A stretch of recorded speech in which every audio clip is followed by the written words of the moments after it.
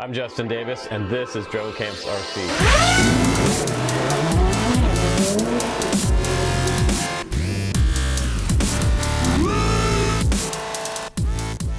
What's up, guys? Welcome back to the channel. I'm Justin Davis. Today I have a special episode. This is an episode 2 review of the Geprc Crocodile 7. Also, make sure you become a Patreon down below if you want to get into our Discord chats and learn about FPV, ask questions, share your pictures, photos, and videos with the guys, because Discord chat is popping. There's tons of new things happening in there every single day, and it's about $1 to join up as a Patreon. You will also have a chance to win this in the month of April. Super awesome. We're also giving away the Mobula 7 HD version. I have it right here in this box, and it has the winner's name on it, which I'm going to announce right now. The winner of the, I guess it was the March contest. The winner of the March contest is in Australia. Douglas Walker is the winner of the Mobula 7 HD. So here it is in the box. It's going to get shipped to Australia. So let's give a warm applause to Douglas Walker down in the chat below. Please make a comment and congratulate Douglas for that win. Super awesome. Also, be sure to get yourself entered in to win this bad boy in the month of April, and that will be announced on the first week of May. So please do have some patience during that first week. I will get around to the winner in the first 7 days of the next month, but today it's all about the Crocodile 7, because you know what, I've had a ton of fun with this quad. It has kind of given me a new insight into longer range flying with a crossfire on here, toting the Hero 7 with hyperlapse. I'm getting amazing videos out of this quad, and I had to do this follow-up video because I just got my Sprinter 2500 and I've been all over the state, coast to the desert and back again, and I have a pretty good collection of footage now from this craft, and it's just awesome. So let me go ahead and jump right into the footage, you guys. I think you guys are going to find this edit really, really awesome, and hopefully it inspires you to go out there and make your own medium to long range type of videos and come back with some amazing footage. In my opinion, better than some of the more popular DJI drones out there. This footage is just spectacular. So enjoy the edit, guys, and we'll come back to the bench and I'll give you some further tips about the Croc 7.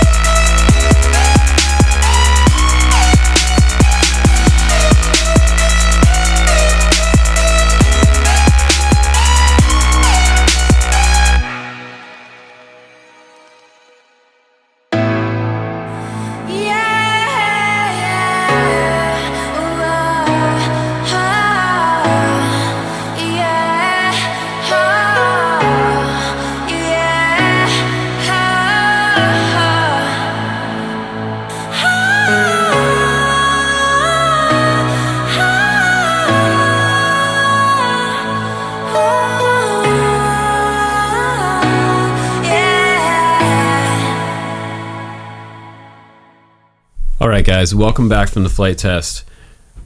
Was that some pretty amazing stuff out there in the desert? When I get out to places like that, it's so nice because there's not a soul around, and if you take a couple buddies out there, you really can just kind of enjoy the day. No distractions, just kick back in your favorite chair, stand, however you like to fly. And I think for that type of area, if you live somewhere where there's like huge open fields, farms, things like that, there's not a lot of urban area, you can take a 7-inch quad like this and have more fun with this than a 5-inch quad, in my opinion. The 5-inch quads are louder, they're noisier. Some people try to do what they think is long range with a 5-inch quad. Can't really do long range with a 5-inch quad unless you have tons of flight time. To be able to get to a long range distance, meaning 3+ miles out, you need to be able to have a decent sized battery on board and low enough kV motors to make that long flight time happen. And I've talked about low kV motors before on 6S setups, and this happens to be a 6S capable setup, which I believe will actually get me longer flight times than the batteries that I'm using right now. Right now I'm using some 4S 2650s, and I probably get around 10 to 12 minutes flight time if I'm taking it easy, around 40% throttle out of 100. If I use my 4S 5000s, these are the Turnigy, not Nanotech version, the blue versions of Turnigys from Hobby King.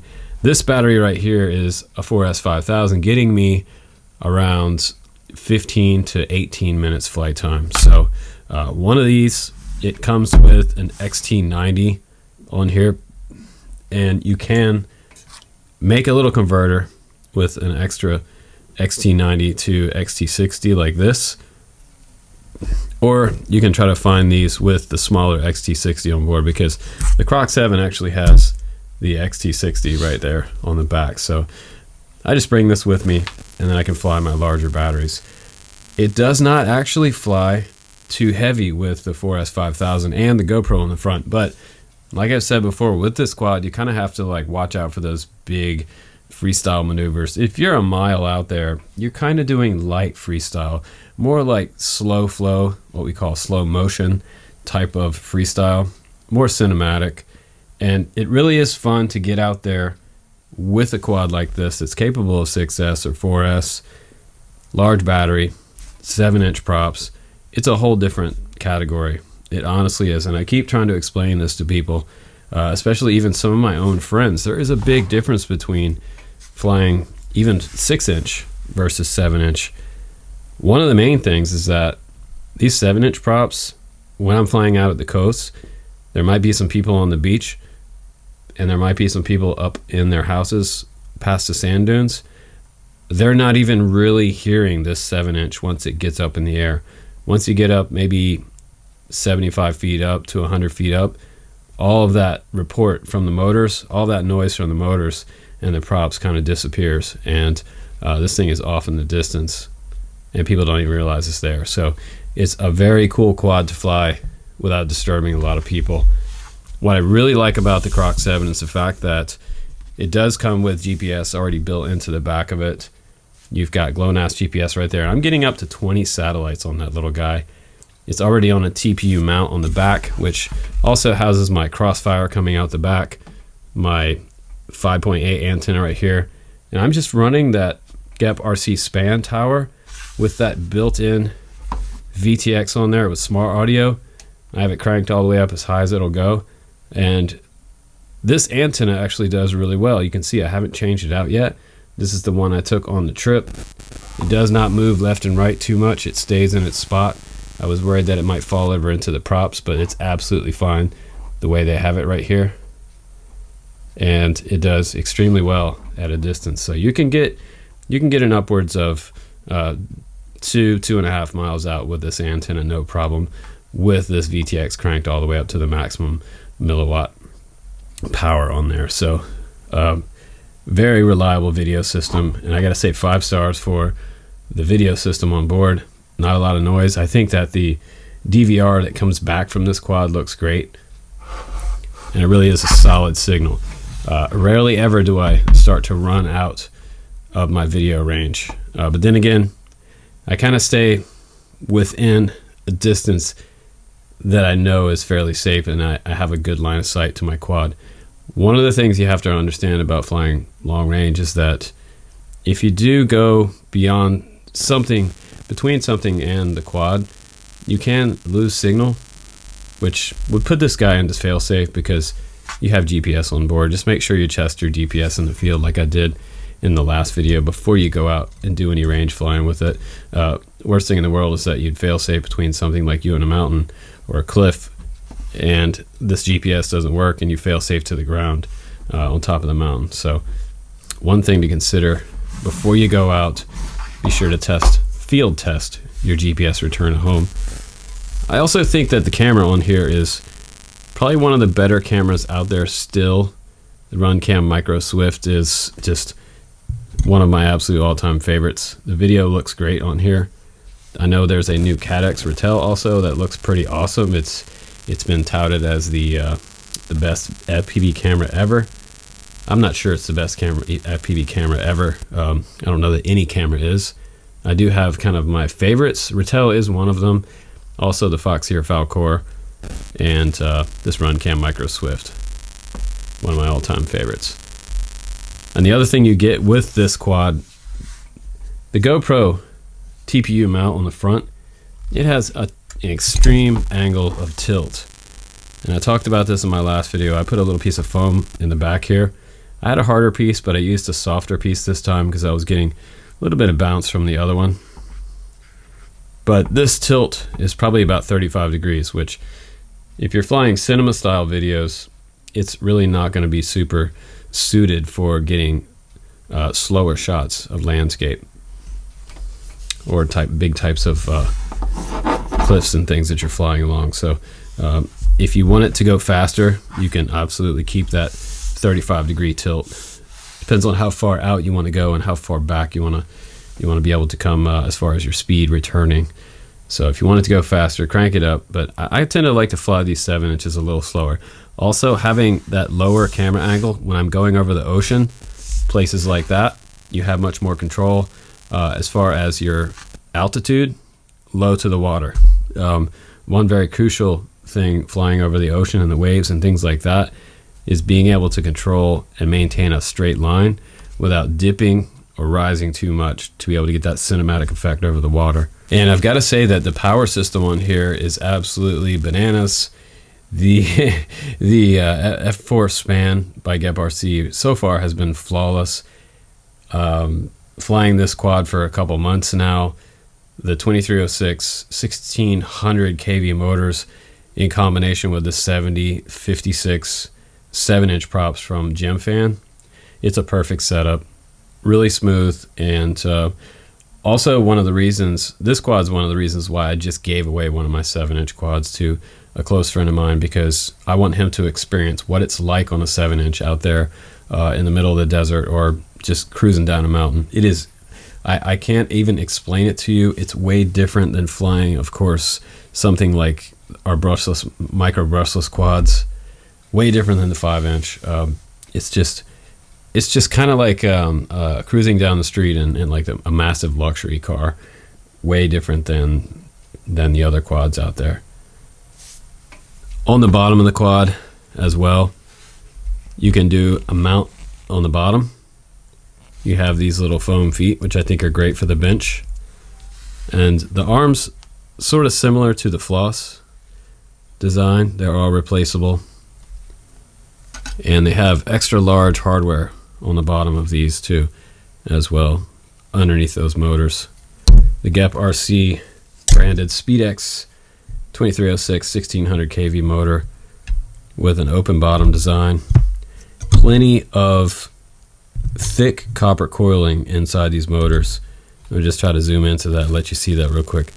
This is not cheap coils inside here. You can see those are extra thick coils. Really, really nice. And a nice quiet sounding motors. And the good news is that the stock PIDs that came on here, they're great. They've been working out great. There's zero vibration in my DVR camera. Hyper smooth makes everything look smoother. if you're trying to get those cinematic shots, by all means, try to pick up one of your at your Best Buy or somewhere, or Amazon, one of these Hero 7s. I'll try to put a link down below for some various GoPros for you guys, and try to get you guys some deals. I'll also put a discount link. I'll try to get a discount link down there for the Geprc 7 if you want to pick one of these up. But yeah, I like everything about this quad. I think looking at it also, one of my favorite parts of this entire quad is what I always refer to as the truck bed. That top plate right there is amazing. Rubber grips working out really well for these big heavy batteries. It doesn't move at all, and it's really solid setup. 2 straps, extra thick plastic over top of these, metal buckles for a larger battery. Geprc just nailed it on this one. One of my favorite quads of 2019 so far. I'm in love with this thing, and can't say enough about the Croc 7. I just think it's the coolest quad ever. So hopefully you enjoyed the video and my trips with the new Sprinter van. It was awesome to take what I'm calling the MDU out for a road trip, the mobile drone unit. It's out there finally on the street after years and years of looking for one on Craigslist. I spent my own money on it. I've been saving up for years and years, and finally I found the right one. I've been looking for forever, what seems like forever. Every night on Craigslist, looking for the right van, cars.com, looking all over the country, and man, I'm so happy to have the right van for what I do. YouTube, I need to be able to have a mobile office on the road sometimes, and if we have to make some episodes right there in the van with a table, you know, I just put a table right down in the van and we're good to go. We can do live streams and reviews right inside the van. Super cool. But if I had bought this with my own money, I would be happy with it. I think it's just absolutely perfect. Put an R9 Slim on here, or R9 Plus, Crossfire, whatever you want to put on here. You can even put an XM Plus if you just want to start out flying it close in. But I want to say congratulations again to my man Douglas Walker down in Australia for winning the Mobile 7 HD. It's coming to your door, buddy. The box is right here, and I'm going to ship that out very, very soon. Possibly even today. I will get you a tracking number on that and let you know when it's on the way. But anyway, guys, thanks again for hanging out, subscribing, and talking about FPV as always on the channel.